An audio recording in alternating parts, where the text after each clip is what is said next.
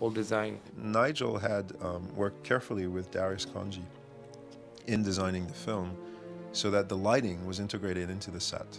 And basically every design Nigel was doing was intending to give opportunities for actual practical lights to be fitted into the set beneath little layers and grids and little holes that created rhythms of light, so that when you actually walked through the set lit, it was already lit for the film.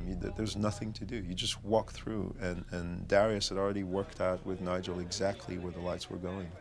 Basically, we did a lot of research looking at films, and then we had a lot of meetings. At the same time, we had meetings all the way along with Nigel and Jean-Pierre, the three of us. Especially the three of us were thinking about the how we would design things, how we would make an evolution of the tension on the film, with the lights, with the practical lights, with all the siren lights, the red, how do you say, the black police lights, with searchlights, with things like this. And we made a big, like a big preparation on this.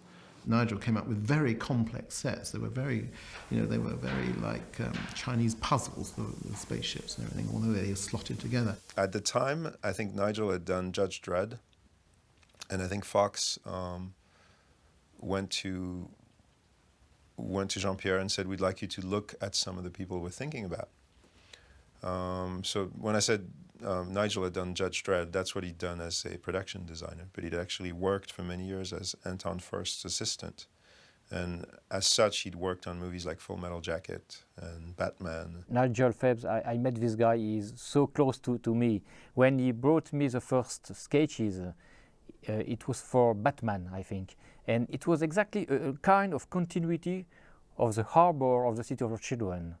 And I had a very good relationship with him, and Sylvain Desprez was one of the crew of Nigel. Fox was apparently hugely proud of their set because they used to just wheel everyone through that area. It just would bring everybody, stars, people they were trying to impress, God knows who. People were just constantly walking through and just admiring, and it was beautiful. You had to scratch the paint off the walls to accept that it wasn't rusted metal. I mean, every detail, every bolt. This is the way Nigel works. It's like everything was meticulously looked at.